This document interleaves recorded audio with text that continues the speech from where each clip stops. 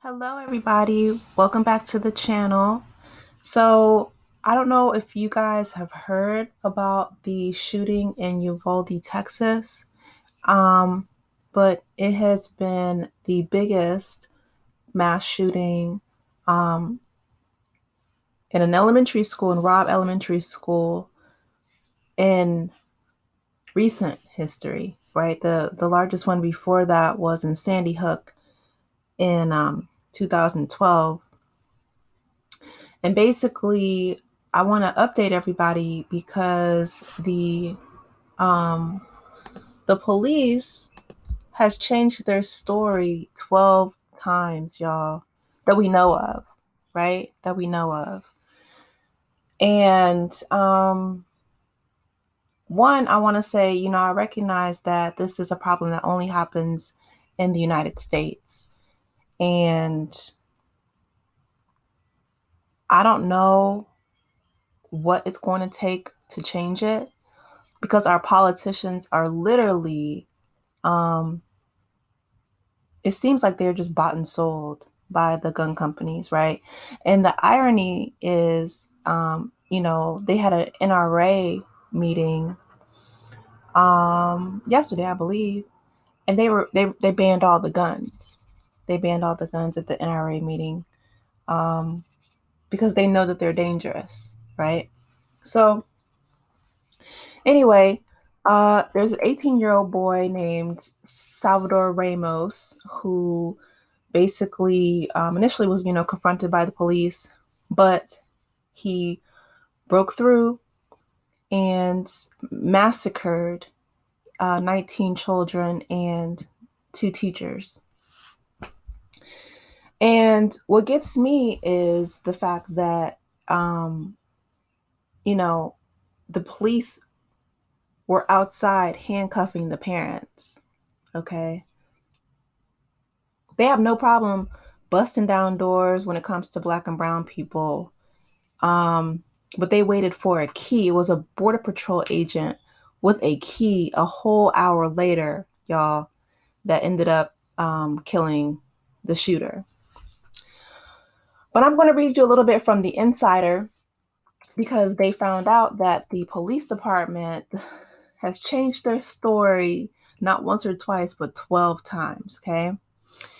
So they said police initially claimed that a school cop confronted the shooter, but then walked that back several days later. Now authorities are saying that 19 police were ready to confront the suspect, but they were called off by a commander on the scene. It says Texas officials on Friday again made crucial changes to their timeline of the shooting at an elementary school in Uvalde, Texas, adding to the lack of clarity around how the massacre took place and how police responded to the attack. Um, you know, I personally, there should not have, there, first of all, I don't think that 40% of any city budget should go to the police because um, our Supreme Court has legislated after the Parkland shooting that police do not have to put themselves in harm's way. They're not legally obligated to protect American citizens. We just pay them. I don't know what we pay them for. I'm not trying to be funny, but now it's like, they had bulletproof vests on. There's a SWAT team. The police force in Uvalde, Texas only has 16,000 citizens total, right, in the population of the city. Small, very small city. They spend 40% of their city's total budget, for a police force that did not protect them, that was handcuffing the parents. They had all the tactical gear, the bulletproof vests, the rifles, the tasers, the, you know, huge, tanks and trucks and all the bells and whistles. But when it came down, when push came to shove, not only were they cowards and they took their own kids out and left the rest of the kids in there to die, but they were handcuffing the parents. And one young woman, I want to say her name was Gomez. She, was able to get free, hopped the fence, got her two boys out of the school and got out of there. So kudos to that mama bear. But they have a whole squad team, a whole tactical team that was put together for times like this, right? To act quickly, swiftly. You know, SWAT teams are trained to be, you know, assassins and snipers. They have all the equipment. 40% of this police of this I'm sorry, of the whole city's budget goes to the police force, and yet they did nothing to save these babies. So Beto O'Rourke, who is running for governor against Greg Abbott, who is the governor now, who's Republican and all, you know, pro-gun, and he doesn't want to make any changes. Beto O'Rourke confronted him and said, you know, that not only was this preventable, but he said that it's something that is going to happen repeatedly because they don't want to make any changes. They don't want to do any kind of basic gun law reforms. I mean, just common sense, you know. And in other countries, I mean, there was one mass shooting in Scotland, I believe, and the UK jumped into action and tightened up those laws. And they haven't had a mass shooting since. Same with Australia, or I think it was Australia or New Zealand, one of the two. I think it might have been New Zealand.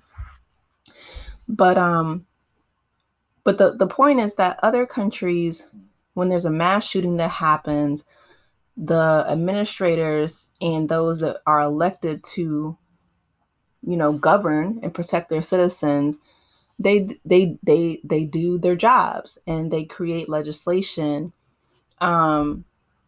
to protect their citizens, right?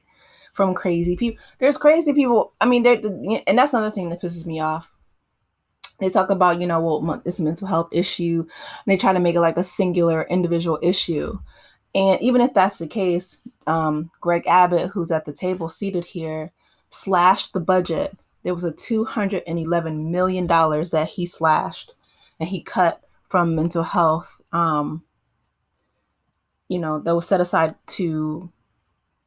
for mental health services for the citizens of Texas. So he doesn't care about mental health. He doesn't about the babies. He doesn't care about anything but getting paid by the gun lobbyists. That's it. All they care about is money and power, greed and control. That's their whole MO. And it's sickening because now we have 19 dead children and 2 dead teachers. And one of the husbands, his name was, I think, Joseph Garcia. And he was the husband of one of the teachers who was shot and killed. And he died of a heart attack days later. Died of a broken heart, literally, because his wife was murdered. And yeah, so I'm hoping that we have a discourse that changes the narrative and they stop all of the, you know, propaganda shows. And what I mean by that is they have so many TV shows out. I mean, Chicago PD and, you know, Law and Order SVU, Blue Bloods, like all these cop shows that portray cops in this heroic light, you know, that they're supposed to, you know, beat down the doors and, you know, save the damsel in distress and all the things that these cops in Texas did not do. These cops in Texas were so scared for their lives, y'all. They called in reinforcements from other cops from around the state of Texas to protect them from their own citizens. They're supposed to serve and protect, that they failed to do so because they changed their story 12 times. After Sandy Hook, you know, 10 years ago, when there was a mass shooter and the gun laws didn't change, there's a quote by Dan Hodges that says, in retrospect, Sandy Hook marked the end of the gun control debate. Once America decided killing children was bearable, it was over. And it makes me sad because there's a lot of great things about our nation, but this particular issue is, it's a tragedy and it's criminal negligence. And I'm not quite sure, like I said, what's going to happen or why people cling to their guns so tightly or so dearly, except for the fact that they are, I don't know, there's something brewing. There's something brewing here. And it goes deeper than just a cultural war. So um, I don't know. Keep America in prayer, though, all my international brothers and sisters. Y'all take care of yourselves. I'm going to get off of here. I just wanted to give you a quick update, and I will talk with you lovely people later. Take care. Bye.